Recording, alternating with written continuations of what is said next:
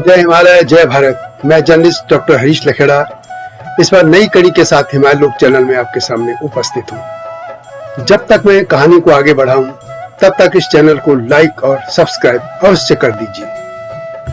दोस्तों, इस बार आपके लिए भारत समेत पूरे हिमालय क्षेत्र में रहने वाली प्राचीनतम राक्षस जाति को लेकर जानकारी लेकर आया हूँ।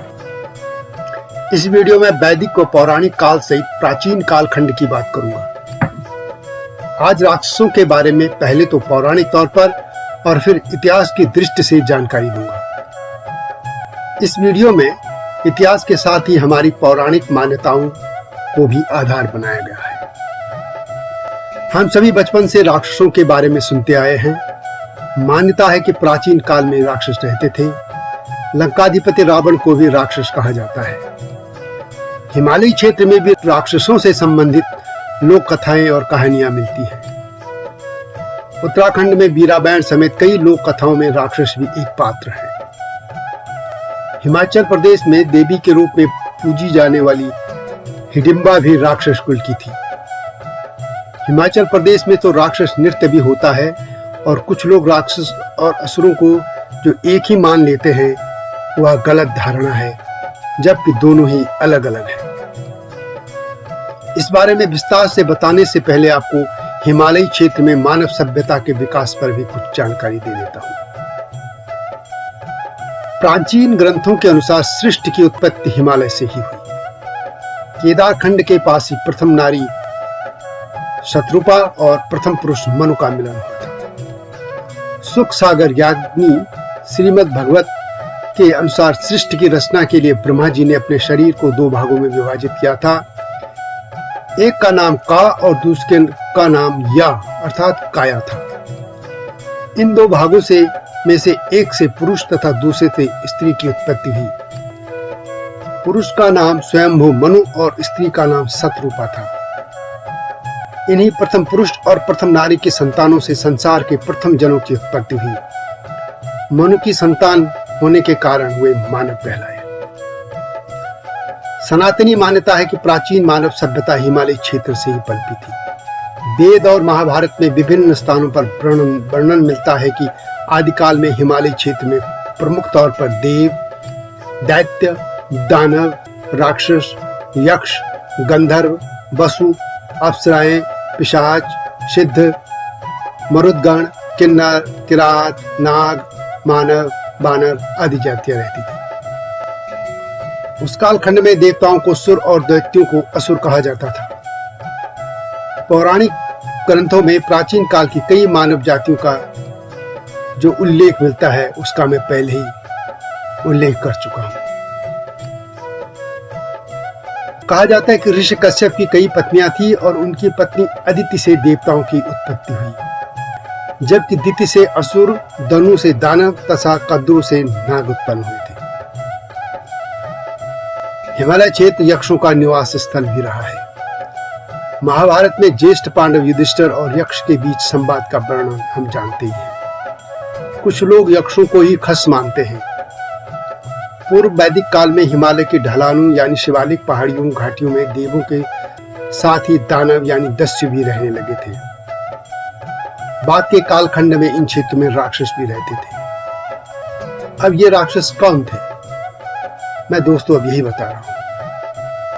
राक्षस वास्तव में एक मानव जाति थी जो मानव मांस का भक्षण करती थी। राक्षसों को पिशाच भी कहा जाता था। पिशाच कच्चे मांस के शौकीन थे और हिमालय के उत्तरी छोर के निवासी थे। वास्तव में राक्षस एक प्रवृत्ति है जो समाज के नियम को नहीं मानती है, जो दूसरों की हर वस्तु को हड़प लेना चाहती है, वही राक्षस है। समाज में राक्षस आज भी है, इसलिए ब्राह्मण कुल में जन्मे राक्षस रावण को राक्षस कहा गया था।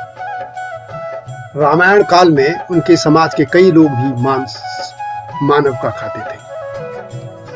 महाभारत काल तक राक्षसों के होने के प्रमाण मिलते हैं, हालांकि उनकी संख्या कम होने लगी थी। महाभारत काल में हिडिंब राक्षस का उल्लेख सभी जगह मिलता है। वह हिमालय क्षेत्र के महादैत्य वन में राक्षसों का राजा था। उसकी बहन का नाम हिडिंबा था। पांडव भीम के साथ युद्ध में हिडिंब मारा गया था उसके बाद कुंती की सहमति से हिडिंबा और भीम का विवाह हुआ था। उन दोनों का घटोत्कच नामक पुत्र हुआ था और हिमाचल प्रदेश के मनाली में इन दोनों माता हिडिंबा और पुत्र घटोत्कच के मंदिर आज भी हैं। यह भी कहा जाता है कि राक्षस प्राचीन काल की एक प्रजाति का नाम है। राक्षस धर्म को मानने वाले राक्षस कहलाते थे। माना जाता है कि इसकी स्थापना लंकेश रावण ने की। वैसे राक्षसों की उत्पत्ति को लेकर कई तरह की कथाएं प्रचलन में हैं। कहा जाता है कि राक्षस दो ऋषियों वैश्रव और पुलत्स्य ऋषि के वंशज हैं, जबकि एक अन्य कथा के अनुसार प्रजापति ब्रह्मा ने समुद्रगत जल और प्राणियों की रक्षा के लिए अनेक प्रकार के प्राणियों को उत्पन्न किया था। उनमें से कुछ प्राणियों ने रक्षा की जिम्मेदारी संभाली तो वे राक्षस कहलाए। जिन्होंने यक्षण यानी पूजन करना स्वीकार किया वे यक्ष कहलाए। जल की रक्षा करने के महत्वपूर्ण कार्य को संभालने के लिए यह जाति पवित्र मानी जाती थी। कहा जाता है कि प्रारंभ में यक्ष और रक्ष यही दो तरह की मानव जातियां थी। राक्षस लोग पहले रक्षा करने के लिए नियुक्त हुए थे, लेकिन बाद में इनकी प्रवृत्तियां बदलने के कारण वे अपने कर्मों के कारण कुख्यात होते चले गए। संपूर्ण भारतवर्ष में राक्षस पाए जाते थे। अब इतिहास की बात करते हैं।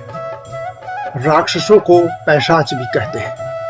यह जाति पश्चिमोत्तर भारत यानी आज के अफगानिस्तान के क्षेत्रों में रहती थी। इतिहासकार डॉक्टर शिव प्रसाद डबराल चारण अपनी पुस्तक पुलिंद जनपद का प्राचीन इतिहास 1 में लिखते हैं कि अनुश्रुतियों के अनुसार दर्द लोग नर मांस का या कच्चा मांस भी स्वाद से खाते थे। उन्हें पिशाच और उनकी बोली को पैशाची कहा जाता था। संस्कृत के विद्वानों ने पैशाची प्राकृत का अध्ययन किया था। दर्ज जनों की वर्तमान भूमि दर्दिस्तान के अंतर्गत पूर्व से पश्चिम की ओर के क्षेत्र आते हैं।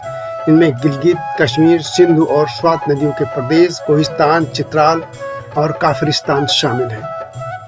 दर्द बोलियां तिब्बत में भी बोली जाती थी। हिमालय के जम्मू कश्मीर, हिमाचल, उत्तराखंड से लेकर पश्चिमी नेपाल तक इन बोलियों का असर दिखता है। पैशाची भाषा उस प्राकृत भाषा का नाम है जो प्राचीन काल में भारत के इन पश्चिमोत्तर प्रदेश में प्रचलित थी। पश्तो तथा इसके समीपवर्ती दर्द भाषाएं पैशाची से उत्पन्न एवं प्रभावित हुई पाई जाती हैं। वास्तव में राक्षस और पैशाची ऐसी जीवन शैली थी जो सभ्य समाज को मान्य नहीं थी। भारतीय परंपरा में 8 प्रकार के विवाह माने जाते हैं। यह मैं एक उदाहरण दे रहा हूं। इनमें ब्रह्म, दैव, आर्ष, प्रजापत्य, असुर, गंधर्व, राक्षस एवं पैशाच विवाह बताए गए हैं। इनमें ब्रह्म विवाह को सर्वोत्तम माना गया है, जबकि राक्षस और पैशाच विवाह को निम्नतर माना जाता है। किसी कन्या को मदहोश करके अथवा सोती हुई अवस्था में हरण करके उसे बलात् विवाह करना पैशाच विवाह कहलाता है। उसी तरह अवचेतन अवस्था में उस कन्या से संबंध बनाकर उसका अपहरण करना, बलात्कार करके उसकी इच्छा के विरुद्ध उसका अपहरण करना, सब पैशाच विवाह की श्रेणी में आते हैं। इन तरह की सभी प्रवृत्तियां भी उन मार्गों को राक्षसों की श्रेणी में ले गई थी। इसलिए वे नर राक्षस कहलाए और क्योंकि वे नरभक्षी भी थे इसलिए वे सब मानवों से अलग माने जाने लगे थे। राक्षस और असुरों में अंतर भी होता है क्योंकि लोग इन दोनों को एक ही मान लेते हैं। पुराणों में इन दोनों को अलग अलग ही बताया गया है। राक्षस और असुरों में बड़ा अंतर है। पुराणों के अनुसार राक्षस 2 ऋषियों शैवर और पुलत्स्य ऋषियों के वंशज हैं, जबकि असुर कश्यप ऋषि के वंशज हैं। इस प्रकार राक्षसों और असुरों के पिता अलग हैं। यह पहला अंतर है। इसके अलावा इन दोनों के जो शत्रु हैं और वो हैं वो भी अलग अलग माने जाते हैं। राक्षसों और असुरों के पिता अलग हैं, यह इनका पहला अंतर है। असुर भूमि के नीचे पाताल लोक में रहते हैं और उनके नगर का नाम हिरण्यपुरा है, जबकि राक्षस जंगलों में रहते हैं। असुर और राक्षस अलग अलग ऋषियों के वंशज हैं और उनके शत्रु भी अलग हैं। राक्षस यक्ष और ऋषियों के साथ युद्ध करते हैं, ऋषियों के यज्ञों को विघ्न और उनमें बाधा डालते हैं, जबकि असुर देवताओं के साथ युद्ध करते हैं। यक्षों के पास धन होता है, इसलिए यक्षों का धन पाने के लिए राक्षस उनके साथ लड़ते हैं। वैसे असुरों और राक्षसों को बदसूरत भयंकर बताया गया है। उनके सींग और बड़े बड़े दांत नाखून होते हैं। राक्षसों को जानवरों की तरह नरभक्षी बताया गया है, जो कि मानव मांस की गंध को सूंघ सकते थे, वे उड़ सकते थे, गायब हो सकते थे और वे मायावी थे, यानी उनमें जादुई शक्ति थी। वे इच्छानुसार किसी भी प्राणी के रूप में बदलने में सक्षम थे। इस तरह के कई तरह के गुण उनके अलग से बताए जाते हैं।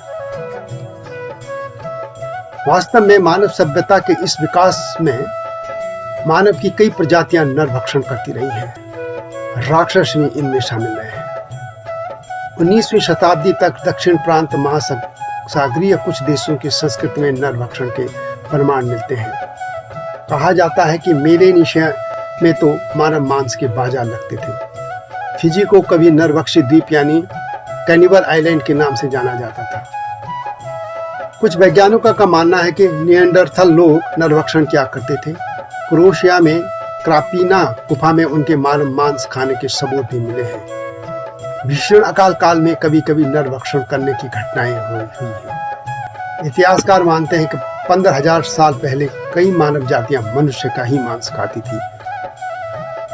मनुष्य के नरभक्षी होने के कई सबूत और ठिकाने भी मिले हैं।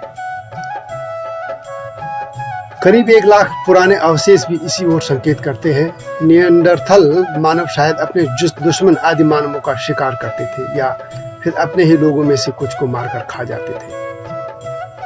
वर्ष 2016 में प्रकाशित एक अध्ययन के अनुसार बेल्जियम की एक गुफा में निएंडरथल मानव जो हड्डियों मिली हैं, उससे पता चलता है कि यहाँ वे एक दूसरे का शिकार कर लेते थे। इसके अलावा उत्तर स्पेन की गुफाओं में 49,000 साल पहले जो निएंडरथल आदि मानव रहते थे, वे भी नरभक्षी थे और राक्षस भी उन्हीं की परंपरा के लोग थे।